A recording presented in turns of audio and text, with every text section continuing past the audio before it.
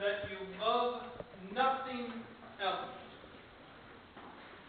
May you fear God enough that you need fear nothing else at all. These words embody and in a lot of ways summarize the mentality of the Apostle Paul. May you love God so much that you love nothing else. May you fear God enough that you need fear nothing else at all. There are many ways for you and I to read the Bible. Often as we gather together in worship, we go by what's called the lectionary, texts that are assigned to us by the church to be read in particular Sundays. Throughout the next 15 weeks, we're going to focus on 15 different characters that come to us through the lectionary. But we're just going to focus on one of those texts throughout each of the weeks, continuing on in the summer.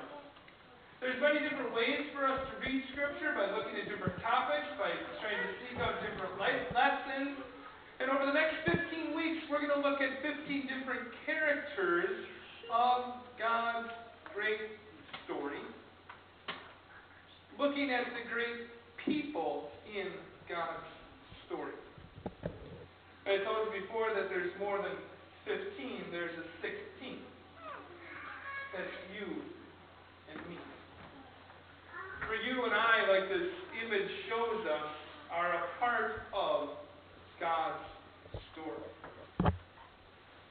We're going to spend today looking at the Apostle Paul. And I want you to put your Bibles away. We're going to look at several different passages that describes the life of the Apostle Paul. Today we're going to look at the one who wrote a third of the New Testament. The New Testament is like a third of the Bible. This person, Paul, wrote a third of that third.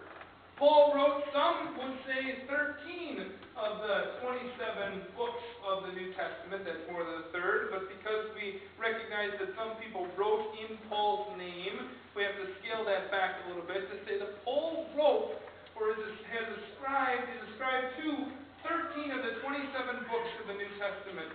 Paul began his life as, Saul.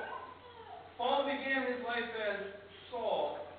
And as God changes the name and transforms the life of many different characters in the Bible, Sarai to Sarah, Jacob to Israel, Abram to Abraham, God calls and transforms the life of Saul to Paul.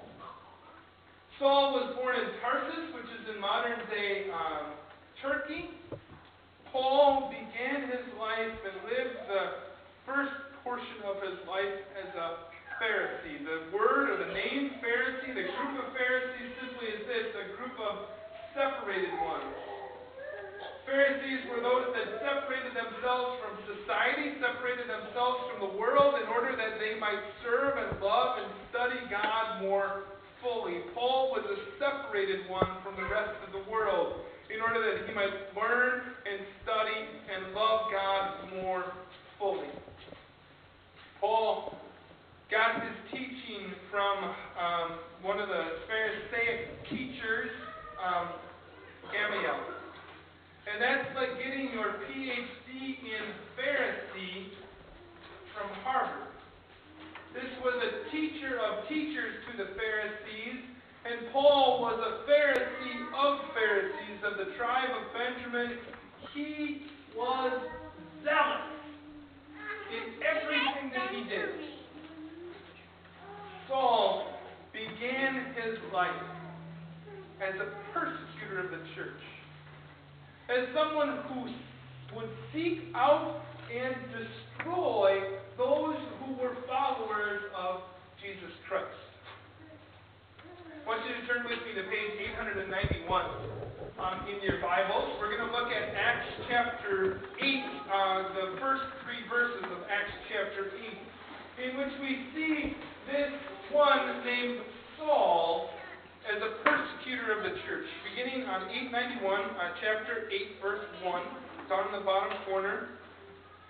And Saul approved of their killing him. This is the stoning of Stephen, the first martyr of the church, the first witness who bore witness to the faith and was stoned for his faith. Stephen, Saul is the one who holds the coat for those who stoned Stephen. Beginning in verse 1, Saul approved of their killing him.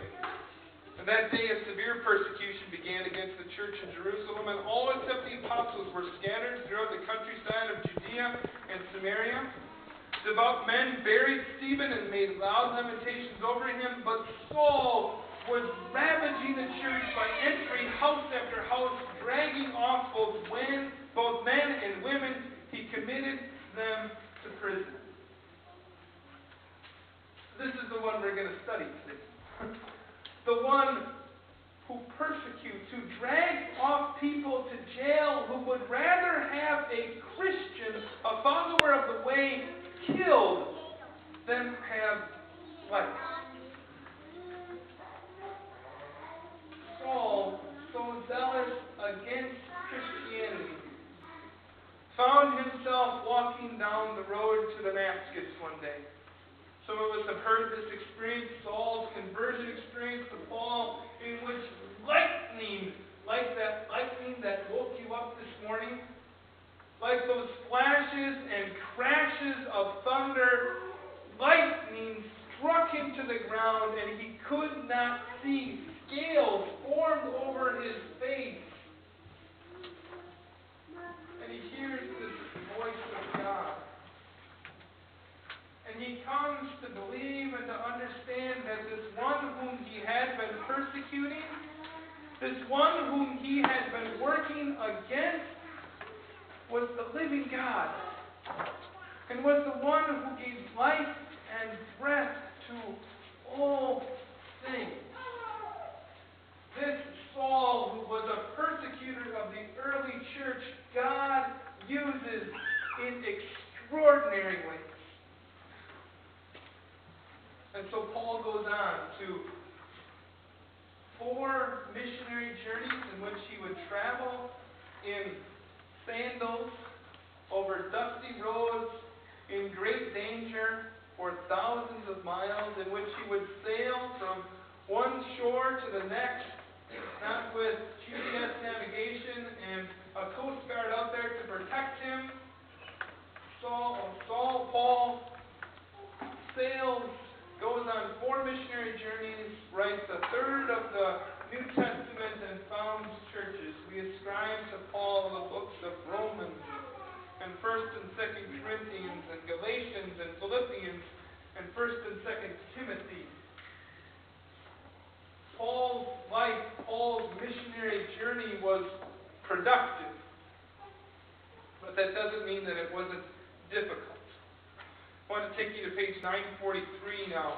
We're going to look at 2 Corinthians 11, in which we hear of the difficulties that Paul had to experience, that Paul went through for the sake of the church, for the sake of faith, because of his conversion experience, because that was so very real for him. We pick up with 2 Corinthians chapter 11, beginning with verse 24. See where I'm at? Paul writes, 5 times I have received from the Jews the 40 lashes minus 1. 3 times I was beaten with rods. Once I received a stoning. 3 times I was shipwrecked.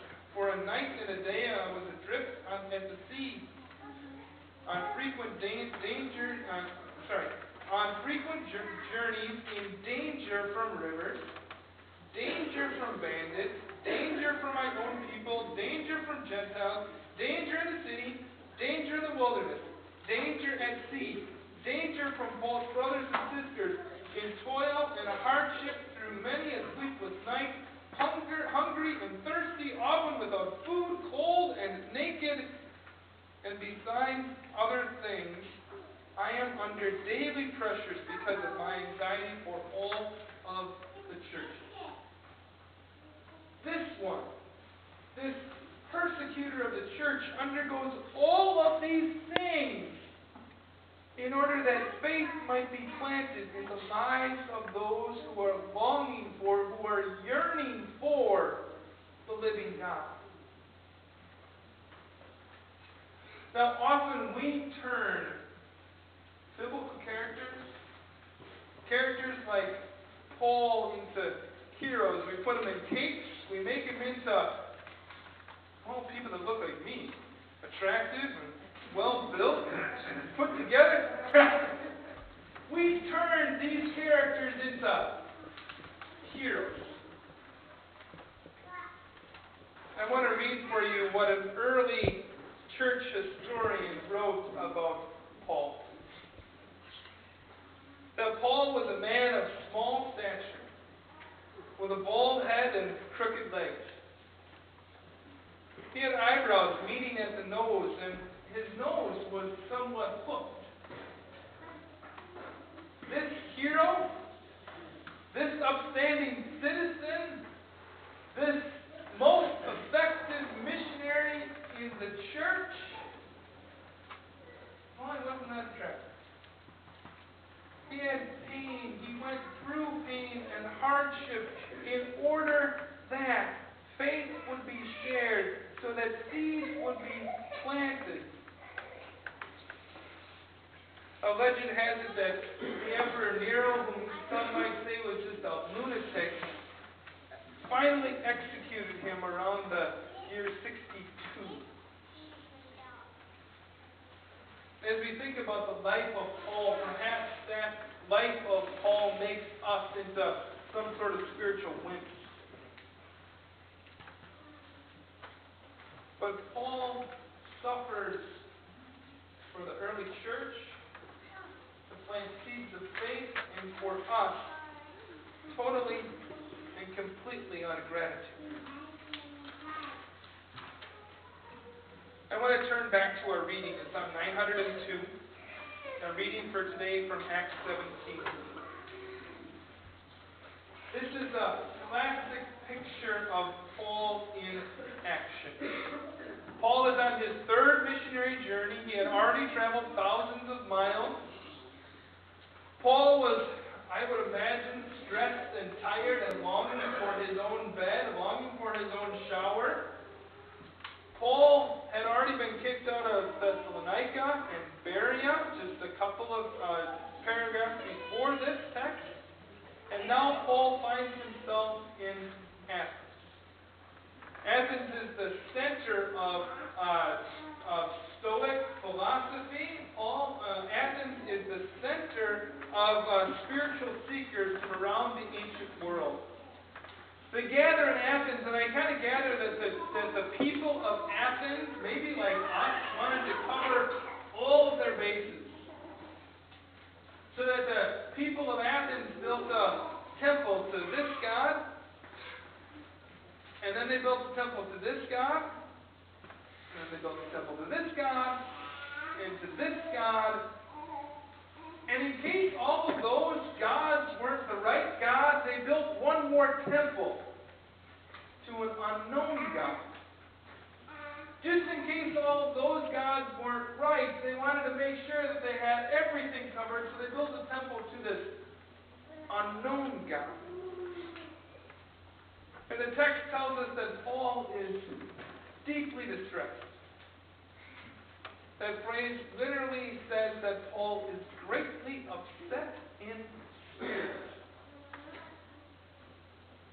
I wonder why Paul is so upset about this place.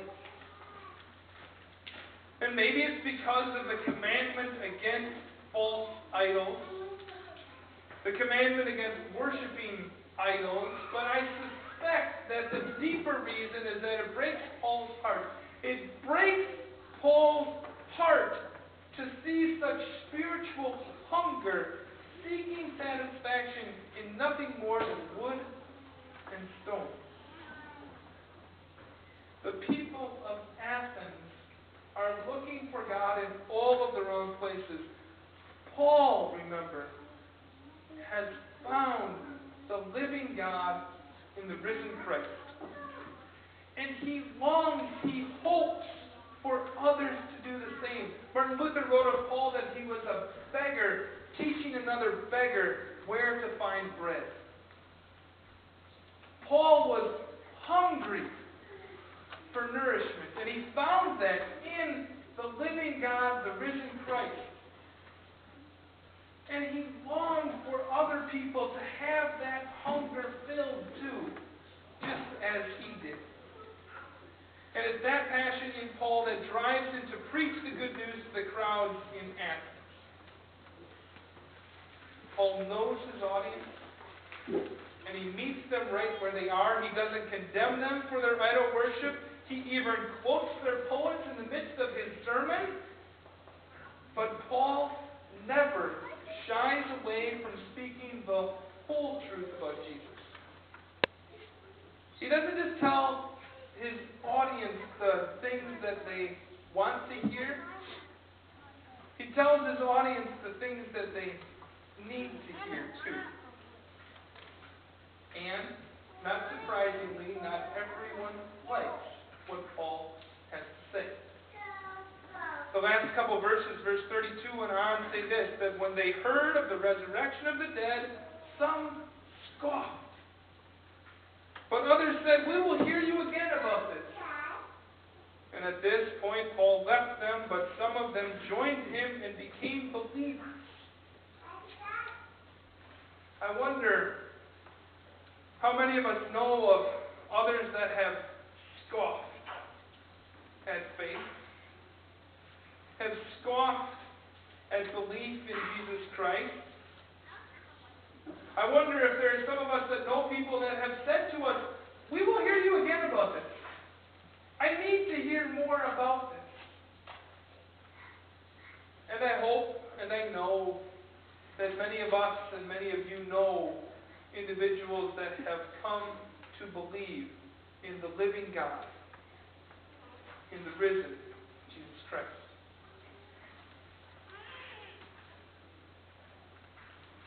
You see, Paul knows it isn't his responsibility to change anyone. He knows that that's up to God. Paul's job and our job, like Paul, is simply to point. To point to Jesus Christ. There's three things that I hope you and I can learn from the Apostle Paul. There's three things that I hope you and I can take with us as we discuss and learn from the life of Paul. The first is this, that Paul is completely and totally and absolutely motivated by gratitude. That Paul lives his life in thankfulness for what God has done. God has claimed him. God has claimed you. God knows him. God knows you. God transforms him. God transforms you. God empowers him. God empowers you. And in all of this, Paul lives in thankfulness for what God has done. I pray first that you and I would learn from the Apostle Paul to live a life of gratitude, thankfulness for all that God has done. The second is this. Paul's life is built on personal experience. Now, I grew up Lutheran. I grew up Christian. I grew up the son of a pastor. Then, my first couple weeks in college, I strayed a little bit. I didn't go to church every day. But, my life has been pretty straight and narrow. I wonder, have we experienced transformation? Seen transformation in others, or really, truly, and completely been transformed by the life of God? By asking the Spirit to transform our lives, to call us into newness, for that to be real for us? My prayer is that we live motivated by gratitude, but that we also know that our life is built on personal relationship and experience of being transformed, being wholly and fully accepted in the love and in the grace of God. And I also hope this. I hope that you and I, like the Apostle Paul, continue to plant seeds. To plant seeds of faith in our children and in our grandchildren. Perhaps we're called to plant seeds of faith in our parents and our grandparents. Perhaps we're called to plant seeds of faith in the life of the child right next to us who isn't a part of our family, whom we can mentor. Perhaps we're called to plant seeds of faith in the lives of a coworker or a friend or a neighbor. And like Paul, know that it is not our job to change that person, but it is our job to plant those seeds so that God can change.